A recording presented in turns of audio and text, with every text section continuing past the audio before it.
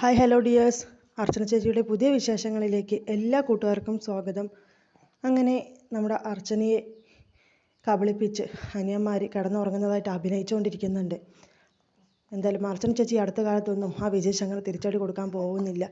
നമുക്ക് തന്നെ ആ പണി ഏറ്റെടുക്കാം. അയാൾക്ക് ഇന്ന് കണക്കിന് തിരിച്ചടി കൊടുത്തിരിക്കണം. അയാളാണ് നമ്മുടെ യഥാർത്ഥ ശത്രു എന്നൊക്കെ പറയുന്നുണ്ട്. അയാൾക്കുള്ള തിരിച്ചടി നമ്മൾ തന്നെ കൊടുക്കണം എന്നൊക്കെ പറയുന്നുണ്ട്. അങ്ങനെ അർച്ചന ഇവരെ വിശ്വാസമില്ലായിട്ടാണെങ്കിലും പോയി കിടന്നുറങ്ങുന്നുണ്ട്. ആ സമയത്ത് അനന്തനും മുകുന്ദനും കൂടിയിട്ട് നമ്മുടെ അച്ചുവിൻ്റെ റൂമിലേക്ക് പോകുന്നുണ്ട്. എടാ അച്ചു, എണീക്കേ, നമുക്ക് പോവണ്ടേ എന്നൊക്കെയുള്ള രീതിയിൽ വിളിക്കുന്നുണ്ട്. അച്ചു ആണെങ്കിൽ നല്ല ഉറക്കത്തിൽ എന്തൊക്കെയോ പിച്ചും പേയും പറയുന്നുണ്ട്.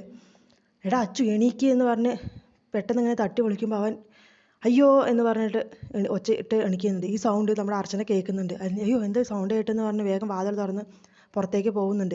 അങ്ങനെ അർച്ചന ചേച്ചി വാതിൽ തുറന്ന് വരുന്നത് ഇവർക്ക് അറിയുന്ന സമയത്ത് ഇവരാകെ നെട്ടിത്തെറിച്ച് നിൽക്കുന്നുണ്ട്. അയ്യോ ഇനിയിപ്പോൾ എന്ത് ചെയ്യുമെന്ന് പറഞ്ഞ് വേഗം തന്നെ അർച്ചന ചേച്ചി ഈ റൂമിനകത്തേക്ക് വരുന്നതിന് മുമ്പ് മാറി നിൽക്കണമെന്ന് പറഞ്ഞ് അനന്തനും അതുപോലെ തന്നെ മുകുന്ദനും കട്ടിലിൻ്റെ അടിയിലേക്ക് ഒളിഞ്ഞു നിൽക്കുന്നുണ്ട്.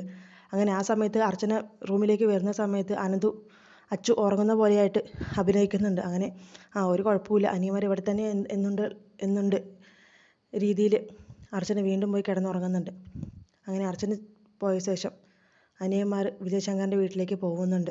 തലയിൽ തോർത്തൊക്കെ കെട്ടി ആളറിയാത്ത രീതിയിൽ തന്നെ അവൻ എന്തെങ്കിലും ഇന്ന് കൊടുത്താലേ എനിക്ക് ഇന്ന് സമാധാനത്തോടെ കിടന്നുറങ്ങാൻ കഴിയുള്ളൂ എന്നുള്ള രീതിയിൽ അച്ചു പറയുന്നുണ്ട്.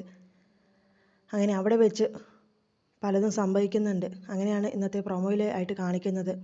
കൂടാതെ പിറ്റേന്ന് രാവിലെ നമ്മുടെ അർച്ചന വരുന്ന സമയത്ത് അർച്ചനയെയും അതുപോലെ തന്നെ അച്ചുവിനെയും എല്ലാവരെയും ഒരു നെട്ടിക്കുന്ന ഒരു കാര്യം, അവരെ ആകെ തളർത്തുന്ന ഒരു കാര്യം, ഭയപ്പെടുത്തുന്ന ഒരു കാര്യം അവിടെ നടക്കും.